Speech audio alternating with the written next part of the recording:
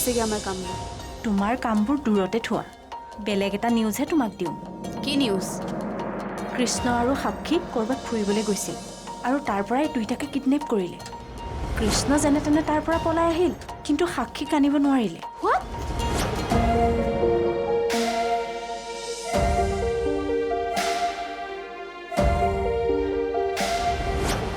ইচ্ছা কৰিলে মই তোমালোকৰ কথা সকলো ফাদিল কৰি দিব পাৰোঁ, মনত ৰাখিবা। কৈ দিয়া, কিন্তু ক্ষতি আমাৰ নহয়, ক্ষতি হ'ব তোমাৰ। আমি আগতে যেনেদৰে আছিলোঁ তেনেকৈ থাকিম।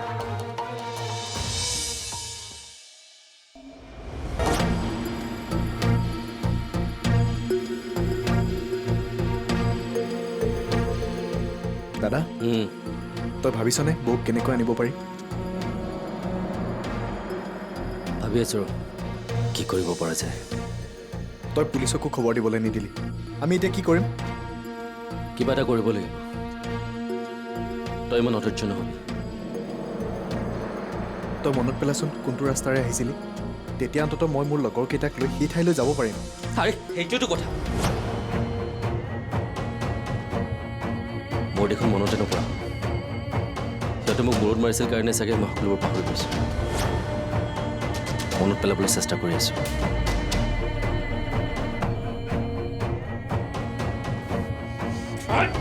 হ'ব দাদা, তই ইমান ষ্ট্ৰেছ নল'বি, লাহে লাহে মনত পৰিব দে। আৰু মনত পৰালৈকে যদি দেৰি হৈ যায়,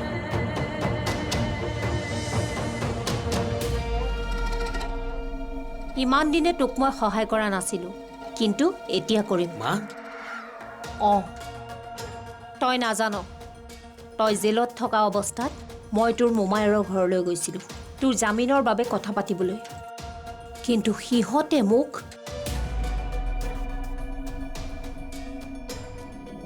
এনেকৈ অপমান কৰি খেদি পঠিয়ালে। কি? মামাই তেনেকুৱা কৰিছে? অঁ, মামাই এবাৰ গম পাই যাব। মই যিটো পৰিকল্পনা কৰিছোঁ, মামাৰ ভেটি উচন হৈ যাব। ভগৱানেও তাক ৰক্ষা কৰিব নোৱাৰিব। যি কৰ কৰ, এতিয়া সি মোৰ দাদা নহয়, মোৰ শত্ৰু। মোক কৰা এই অপমানৰ প্ৰতিশোধ তই ল'বই লাগিব। তুমি চিন্তা নকৰিবা, মই যি পৰিকল্পনা কৰিছোঁ সেই সকলোখিনি ঠিকমতে হৈ আছে।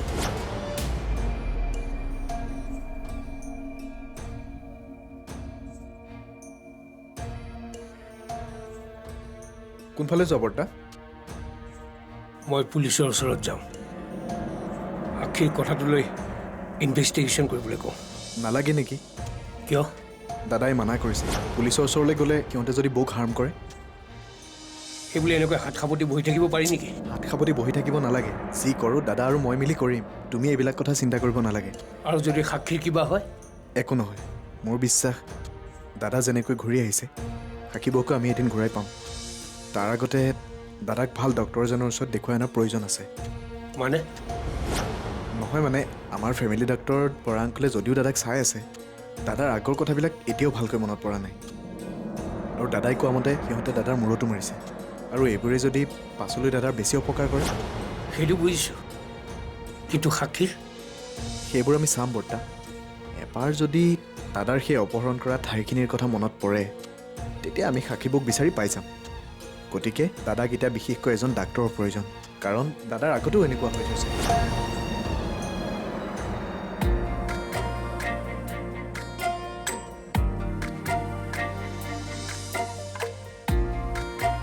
দাদা?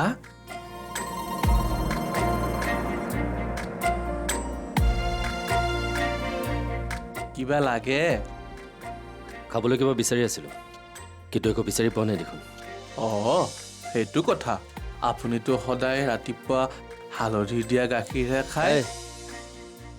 হালধি দিয়া গাখীৰ কোনে খাই বে? হয়, আগতে খাইছিলোঁ, কিন্তু এতিয়া ৰাতিপুৱা বহুত সময় হ'ল, গতিকে এতিয়া খাবলৈ মন নাই। কিবা বেলেগ বস্তু খাম। অঁ, ঠিক আছে, মই ৰুটি বনাই আছোঁ, অলপ ৰ'ব। বনা, ৰুটি বনা। ৰুটি মোৰ ফেভৰেট। মই জানো আপুনি যে ৰুটি ভাল পায়। মই আপোনালৈ ডাঙৰ ধুনীয়া ধুনীয়া শুকান ৰুটি বনাই আছোঁ। শুকান ৰুটি মই নাখাওঁ, তেলত দিয়া বনাবি। তেলত দিয়া অঁ আপুনি দেখোন সদায় তেলত দিয়া বনালে গালি দিয়ে মোক আপুনি খাইছিলোঁ তেতিয়া শুকান ৰুটি কিন্তু এতিয়া বেয়া পাওঁ এতিয়া তেলত দিয়া ৰুটিহে ভাল পাওঁ হে খোৱাৰ লগত এইবোৰ ভাল পোৱা বেয়া পোৱা নাহে যা ৰুটি বনাওঁ ফটাফট হেই ৰ'বাচোন খাবলৈ কিবা আছিলে নেকি মানে মাৰ ভোক লাগিছিলে জুচ হ'লেও হ'ব ই কোন মানে আপোনাক মই এতিয়া কেনেকেনো ৰ'বা মই কৈছোঁ মই তোমাৰ দাদা ফণীমাধৱ দত্ত মোৰ দেউতা অ'কে তাৰমানে মই তোমাৰ ভাইটি সেইটো কেনেকৈ সঁচা মানে মোৰ মা আৰু তোমাৰ দেউতা একেখন কলেজতে পঢ়িছিলে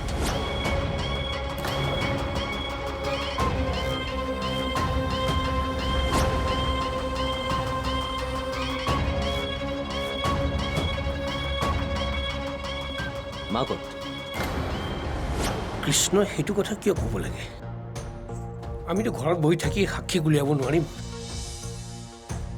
এটা কাম কৰোঁ মই ডাক্তৰ বৰাক ফোন কৰোঁ তেওঁ কি কৈ জানি লওঁ তুমি এতিয়াই ফোনটো কৰাচোন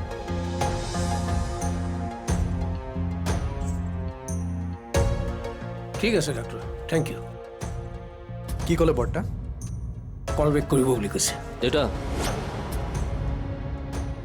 এইবোৰ কি কি এইবোৰ তোমাৰ এনেকুৱা চৰিত্ৰ হ'ব বুলি মই ভবাই নাছিলোঁ তুমি ইমান ডাঙৰ কথা এটা আমাৰ পৰা কেনেকৈ লুকুৱাই ৰাখিব পাৰা কি কথা লুকুৱালো আচ্ছা এই মানুহগৰাকী কোন এই মানুহগৰাকীৰ লগত তোমাৰ ছে মোৰ ভাবি লাজ লাগিছে তুমি এনেকুৱা কাম এটা কেনেকৈ কৰিব পাৰা দেউতা তুমি ভুল ভাবিছা কৃষ্ণ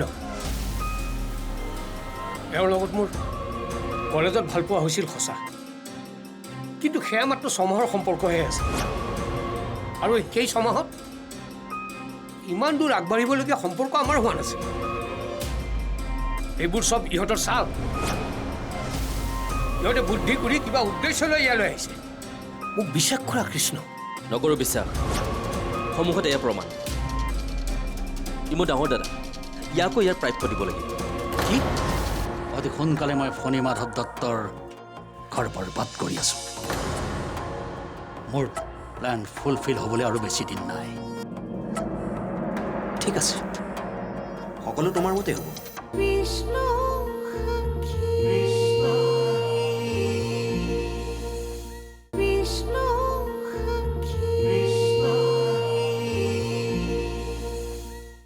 এতিয়া কি কৰিম বুলি ভাবিছা মামা ভাবি আছোঁ ৰ'বা তুমি বেছি চিন্তা নকৰিবা সকলো আমাৰ প্লেন মতে হ'ব তথাপি কি কৰিবা সেইটোতো কোৱা এই বিষয়ত তুমি ইমান মাথা নেমাৰিলে ভাল তুমি ঠাণ্ডা হৈ বহি থাকা বাকী দায়িত্ববোৰ তোমাৰ ওপৰতে সকলো এৰি দিছোঁ ইমান চিন্তা কিয় তুমি আজাদীত ঘূৰা ফুৰা কৰা খোৱা খোৱা যি কৰা মাথো মোৰ ওপৰত বিশ্বাস ৰাখা তোমাৰ ওপৰত বিশ্বাস আছে মামা কিন্তু আমাৰ প্লেনিং ছাকচেছ হ'ব লাগিব চিয়'ৰ তোমাৰ এই মামা ঐ কচ্ছা খিলাড়ী থৰি না হে চব আমাৰ হাতত বহুত সময় আছে সকলো আৰামত হৈ থাকিব অতি সোনকালে মই ফণীমাধৱ দত্তৰ ঘৰ বৰবাদ কৰি আছোঁ মোৰ প্লেন ফুলফিল হ'বলৈ আৰু বেছি দিন নাই ঠিক আছে সকলো তোমাৰ মতে হ'ব চাবা যাতে গাদ্দাৰী কোনো কৰিব নোৱাৰে ইয়াত তুমি আচৰিত হোৱাৰ কি প্ৰয়োজন তুমি নিজে স্বীকাৰ কৰিছা এই মানুহগৰাকীক তুমি ভাল পোৱা এতিয়া তেওঁক গ্ৰহণ নকৰিলে হ'ব নেকি মই গ্ৰহণ নকৰোঁ তুমি কি কৰিবা এই মানুহজনীৰ কথাবোৰত কোনো সত্যতা নাই আৰু ময়ো জানো তোমাৰ কথাত কিমান সত্যতা আছে এগৰাকী মাইকী মানুহে নিজৰ গোপনীয়তাখিনি কেতিয়াও বেলেগৰ আগত এনেকৈ নিৰ্লজ্জভাৱে ক'বলৈ নাহে যদি তেওঁৰ কথাত সত্যতা নাথাকে তুমি মানুহগৰাকীক আৰু এই ল'ৰাটোক আপোন কৰিব লাগিব দাদা তই মনে মনে থাকচোন এইবিলাক কথা আমি পাছতো আলোচনা পিছত নহয় এতিয়াই মোক উত্তৰ লাগে এই মানুহগৰাকীয়ে মোৰ দাদাক ডাঙৰ কৰোঁতে কিমান কষ্ট হৈছিল এই মানুহগৰাকীক সোধা সেই কথা আমি বুজি পাইছোঁ, কিন্তু তই ঠাণ্ডাটো হ। নহয় মই ঠাণ্ডা। ভুল অকল মানুহগৰাকীয়ে কৰা নাছিল, দেউতাও কৰিছে। কিন্তু দেউতাই ভুলটো মানিবলৈ টান পাইছে কি? মই ভুল কৰা নাই বুলি তোমাক কিমানবাৰ ক'ম? এইবিলাক সিহঁতৰ চব চালাকি।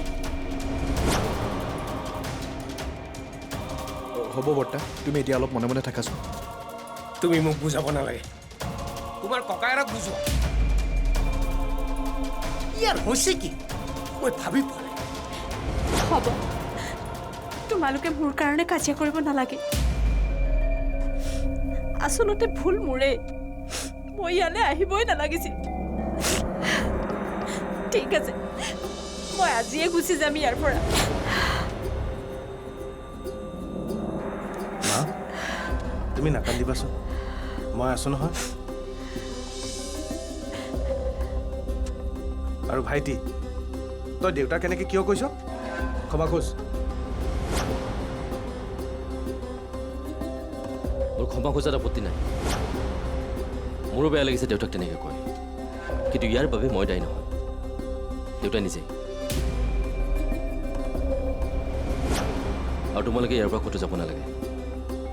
দেউতাই তোমালোকক স্বীকৃতি দিবই লাগিব। মই কালি উকিল মাতি কোৰ্টত এফিডেভিট কৰিম। দেউতাই দেউতাৰ আধা সম্পত্তি তোমালোকৰ নামত লিখি দিব লাগিব।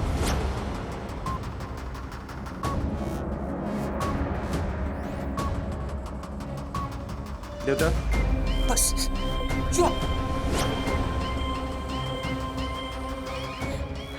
মা, আহা ভিতৰলৈ, আহা।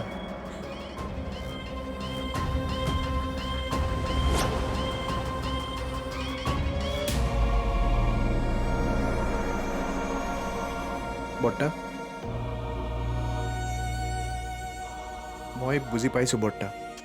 দাদাই এনেকৈ কোৱাৰ বাবে তোমাৰ মনটো বেয়া লাগিছে। ভবা নাছিলো এদিনৰ চিনাকি মানুহৰ কথাত সি মোক অবিশ্বাস কৰিব বুলি। দাদা আচলতে বহুত ভাল, সেইকাৰণে সি কথাবোৰ এনেকৈ ভাবিছে। বেলেগ কোনোবা হোৱা হ'লেতো প্ৰপাৰ্টি ভাগ হোৱাৰ ভয়ত সিহঁত দুটাক কেতিয়াবাই উলিয়াই পঠালে।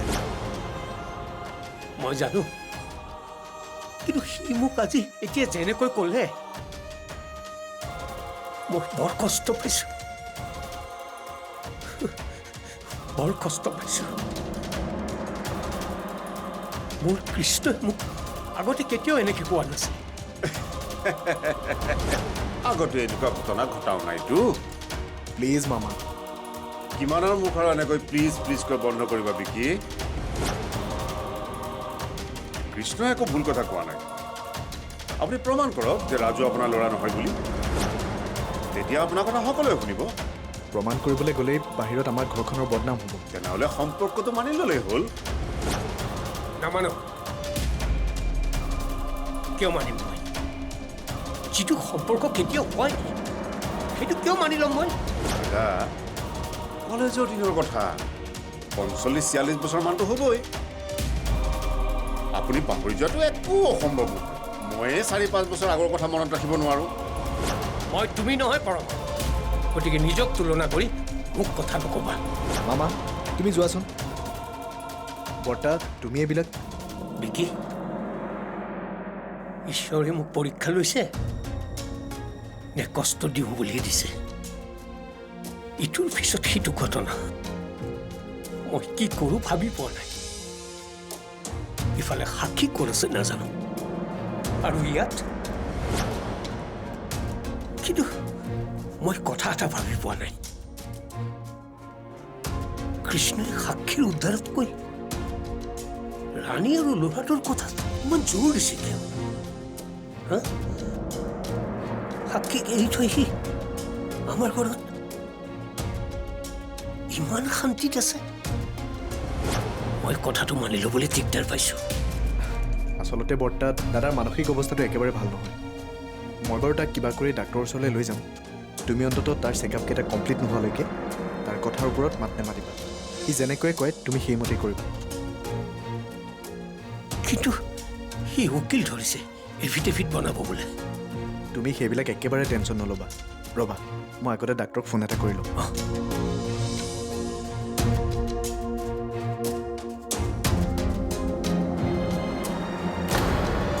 তেওঁ মোক ভাল পাইছিল যদিও কোনোদিনে ফুৰিবলৈ যাবলৈও লগ লোৱা নাছিল।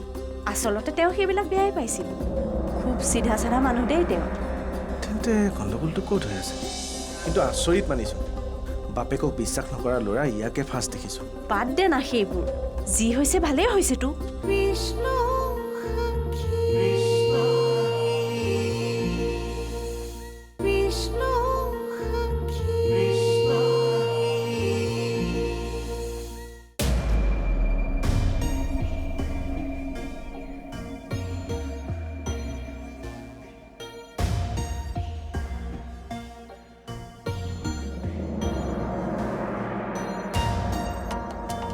কি হ'ল কাকলি কি ভাবি আছ হা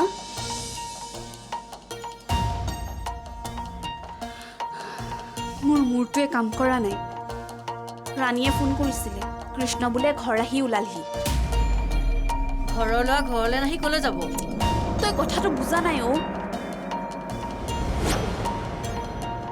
কৃষ্ণ সাক্ষীক বোলে কোনোবাই কিডনেপ কৰিছিল আৰু কৃষ্ণ এতিয়া অকলে ঘৰ আহি ওলাইছেহি সাক্ষী অহা নাই হ'ব দে যি হৈছে ভালেই হৈছে তাকেইতো কেনেবাকৈ মোৰ প্লেনটো ছাকচেছ হ'বলৈ গৈ আছিলহে আকৌ আহিল কিন্তু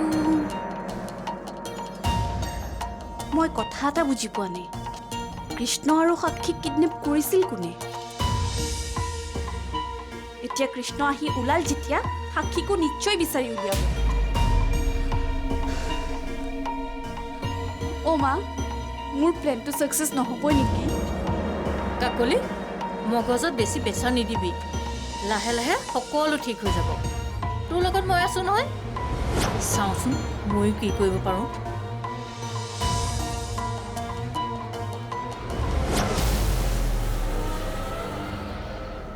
আচৰিত ফণীদাৰ পুতেকে যে আমাক ইমান ছাপোৰ্ট কৰিছে কাৰণটো কি কথাটো ময়ো নভবা নহয় নিজৰ দেউতাকক বিশ্বাস কৰিব এৰি আমাক বিশ্বাস কৰিছে আৰে সি লগ পাবনো কিমান সময় হৈছে আমাক তাকেইতো কথাবোৰ কিবা খেলি মেলি যেন লাগিছে কথাবোৰ আচলতে কি হৈ আছে একো ধৰিবই পৰা নাই নহয় আচ্ছা বাইদেউ হা দেউতাকৰ চৰিত্ৰটো আগৰ পৰা বেয়া আছিলে নেকি কি নহয় মানে আপোনালোকে একেখন কলেজতে পঢ়িছিলে তাত কিবা নাই নাই তেওঁ তেনেকুৱা নাছিল তেওঁ খুব ভাল মানুহ আছিল তেওঁ মোক ভাল পাইছিল যদিও কোনোদিনে ফুৰিবলৈ যাবলৈও লগ লোৱা নাছিল আচলতে তেওঁ সেইবিলাক বেয়াই পাইছিল খুব চিধা চাধা মানুহ দেই তেওঁ তেন্তে গণ্ডগোলটো ক'ত হৈ আছে কিন্তু আচৰিত মানিছোঁ বাপেকক বিশ্বাস নকৰা ল'ৰা ইয়াকে ফাৰ্ষ্ট দেখিছোঁ বাদ দে না সেইবোৰ যি হৈছে ভালেই হৈছেতো এতিয়া অন্ততঃ আমাৰ কামটো সহজ হ'ব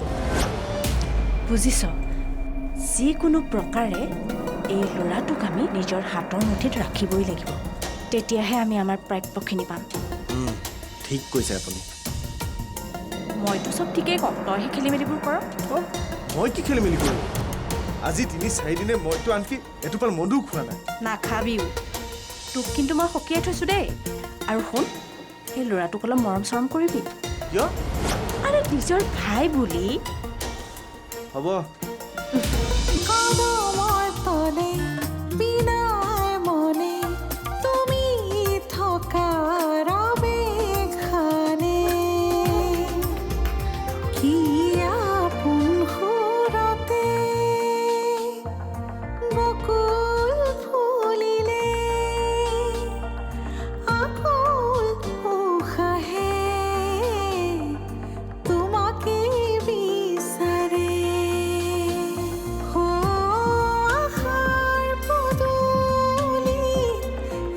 See